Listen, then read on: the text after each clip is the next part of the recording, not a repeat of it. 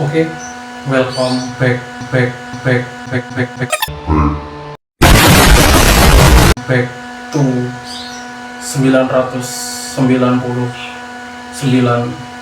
cerita. Yeay.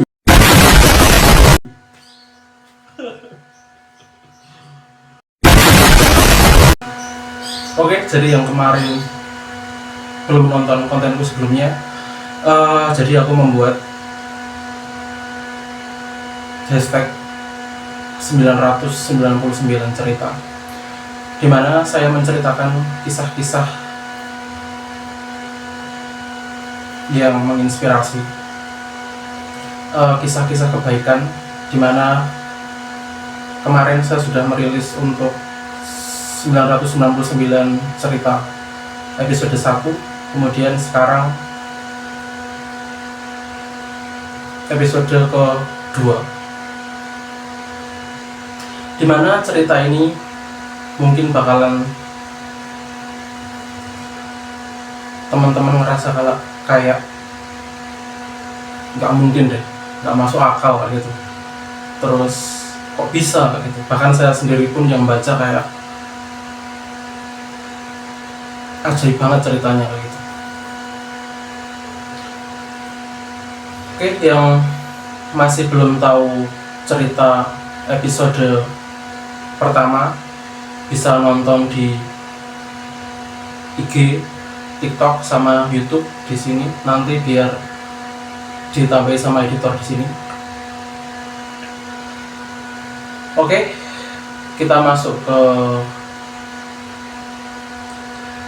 999 cerita episode kedua,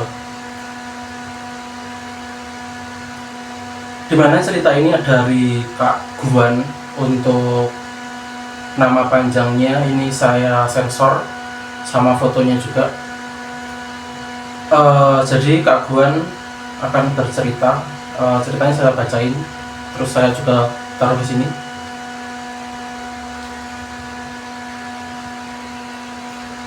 Beberapa tahun lalu, saat baru mulai merintis usaha, ada suatu masa di mana proyek sangat sepi. Normalnya dalam 1 bulan saya bisa dapat 1-2 proyek, tapi kali ini sudah hampir 5 bulan belum juga dapat. Saat itu bulan Oktober, hampir memasuki akhir tahun. Target omset yang direncanakan di awal tahun baru tercapai 30-an%. Kepala saya pusing, tidur malam nggak tenang. Belum lagi ada tunggakan cicilan perusahaan yang mesti dibayarkan dan nilainya lumayan fantastis. Di tengah rasa suntuk itu, saya berencana pergi ke bioskop untuk refreshing. Akhirnya malam hari setelah selesai semua kegiatan kantor, saya pun bergegas ke sana. Sesampai di mall, bioskopnya dalam mall, saya melihat 3 orang anak kecil yang sedang menjajakan koran dan keripik di area mall. Kemudian saya panggil mereka, lalu bertanya soal tempat tinggal, sekolah di mana, dan seperti apa keseharian mereka. Ternyata anak-anak ini adalah anak-anak yang cerdas. Terbukti dari ketiga orang ini selalu masuk 5 besar ranking di kelasnya. Cuma nasibnya saja yang gak sebagus anak-anak sepantaran mereka. Saking asiknya bercerita, tidak terasa sudah jam 7 malam. Itu artinya sudah sekitar 30 menitan saya bercerita dengan mereka. Hati saya tergerak untuk mengajak mereka makan bersama. Awalnya mereka menolak karena dagangan belum laku. Tapi saya jawab, sudah, dihitung saja semuanya berapa, nanti kakak beli. Betapa senangnya mereka malam itu. Kegembiraan terpancar dari rona wajah mereka. Dan itu membuat saya juga ikut bahagia. Saya ajak mereka ke Pizza Hut untuk makan bersama. Bebas pesan apa aja deh, kakak yang traktir malam ini, Begitu kata saya. Mendengar itu, salah satu dari anak kecil itu berkata, "Kak, apa boleh saya ajak juga beberapa teman di sana? Mereka juga belum makan dari siang." Sambil menunjuk dua anak seusia mereka, sedang duduk tidak jauh dari resto. "Oh, ya, ajak aja dik, nggak apa-apa." Anak itu tersenyum senang, lalu berlari memanggil temannya. Sementara saya dan dua orang anak lagi langsung masuk resto untuk mencari meja. Tak berapa lama kemudian, saya mendengar riuh suara anak-anak di pintu masuk resto. Mereka dihalangi oleh pelayan. Saat melihat keluar, saya kaget setengah mati. Ternyata jumlah mereka 20 lebih anak. Hahaha, mampus gua. Umpat saya dalam hati. Tapi mau gimana lagi? Akhirnya saya jemput mereka untuk kemudian makan bersama. Saya minta bantuan pelayan untuk gabungkan beberapa meja sehingga muat untuk kami semua. Kami jadi pusat perhatian semua pengunjung Pizza Hut waktu itu. Saya makan gak tenang. Kenapa? Karena uang saya di ATM cuma tersisa 2 jutaan. Itu artinya kalau nggak cukup, maka habislah saya. Tapi saya pikir pendek saja waktu itu. Kalaupun uangnya nggak cukup, nanti saya tinggalin aja HP, terus balik rumah buat ambil uang lagi. Setelah makan, saya minta bill dan cek. Ternyata 3.750.000. Hampir pingsan saya lihatnya. Namun tiba-tiba tanpa disadari ada seorang bapak dari arah belakang menepuk pundak saya. Saya balik, beliau tersenyum, lalu diserahkan CC-nya atau kartu kreditnya pada pelayan. "Pakai punya saya aja mbak," katanya pada pelayan itu. Saya cuma melongo dan tidak tahu harus berkata apa. Saya tidak mengenal dia dan kami belum pernah ketemu sebelumnya. Mau basa-basi nolak, tapi ntar kalau dia berubah pikiran bisa berabi. Kami lalu duduk bersama anak-anak itu, lalu dia bilang, "Kamu anak baik. Kamu masih muda tapi sudah bisa berbuat sejauh ini. Saya sama istri sejak tadi terus memperhatikanmu. Terima kasih sudah memberi contoh yang baik." Tidak lama kemudian nota pembayaran diantar pelayan. Anak-anak mengucapkan terima kasih sambil berteriak gaduh. Para pengunjung yang ada di situ semua bertepuk tangan. Air mata saya jatuh tak tertahan.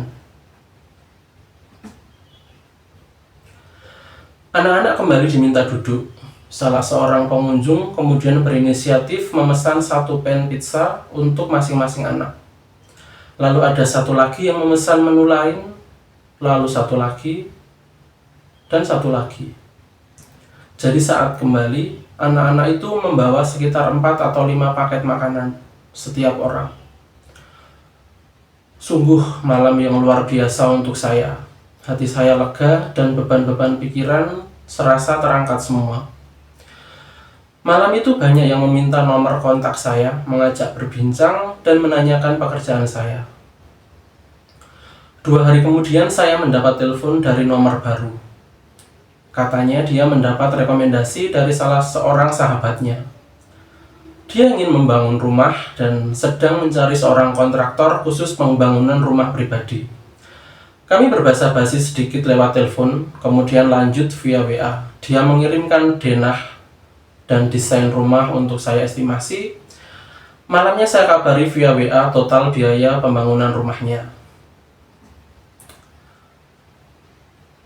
"Selamat malam Pak, total semuanya sampai terima kunci 800 juta. Terima kasih."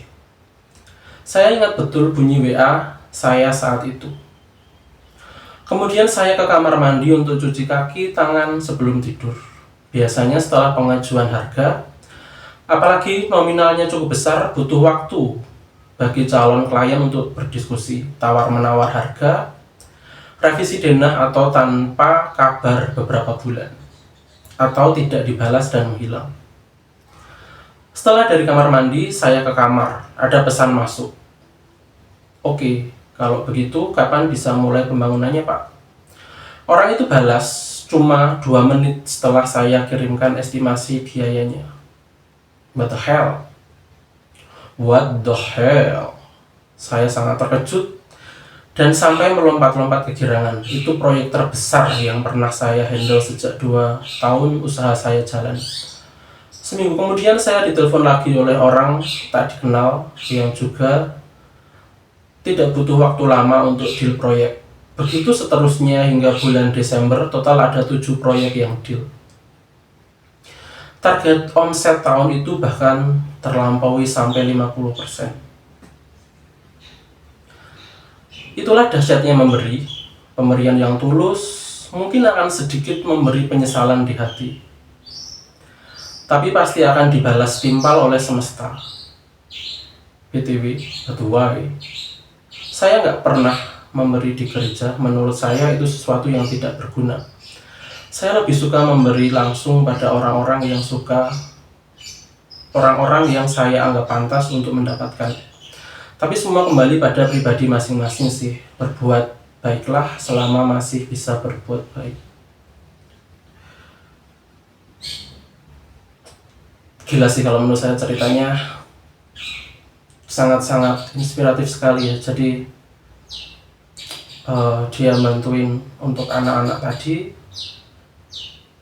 dengan dia nggak nyangka bahkan bisa ada orang yang membantu dia untuk membayar itu, bahkan dibayarin malah tadi ceritanya sangat di luar nalar sih kalau menurut saya ceritanya ini. Tadi saya lupa ya sudah izin atau belum. Sebelumnya saya izin ke Kak Guan untuk ceritanya tak bacain kalau tadi saya belum izin di awal. Kemudian nilai yang saya ambil dari cerita ini adalah sebelumnya yang pertama adalah cerita ini bukan dari saya nggak ingin menyinggung sara ya, agama, cuman intinya adalah membantu orang atau bersedekah itu yang saya pelajari adalah itu ada di semua agama kayak gitu. Jadi semua agama juga melakukan itu, kemudian semua orang yang melakukan kebaikan itu juga pasti bakalan dapat balasan baik dari Allah Subhanahu wa taala, dari Tuhan kayak gitu. Kemudian yang kedua adalah jadi tadi Kak Guan kan di ceritanya dia bilang mendingan membantu langsung kepada orang yang dianggap pantas kayak gitu. Nah kalau itu pilihan pribadi ya, jadi kita boleh memberikan bantuan atau sedekah kayak gitu ke orangnya langsung atau melalui sebuah lembaga, ke masjid, gereja atau tempat-tempat atau lembaga yang baik lainnya, itu bebas. Kita kedua-duanya baik, mau kita saluran langsung atau kita titipkan itu semuanya baik. Yang menurut saya yang nggak baik adalah saat kita nggak memberikannya ke keduanya kayak gitu. Jadi kedua-duanya sama-sama baiknya kayak gitu sih. Nilai yang dapat saya ambil dari cerita ini. Oke, mungkin sekian untuk cerita 990 cerita episode kedua kali ini. Sampai berjumpa di 999 cerita episode berikutnya. Dan cerita ini masih banyak. Saya sudah mengumpulkan banyak sekali cerita yang mungkin lebih nggak masuk akal, lebih ajaib, lebih kok bisa ya kayak gitu. Masih banyak cerita yang belum tak bacain. Saya hanya berharap semoga Allah memberikan saya kekuatan untuk mengangkat, untuk menceritakan semua cerita itu. Sampai bertemu lagi di 999 cerita episode berikutnya.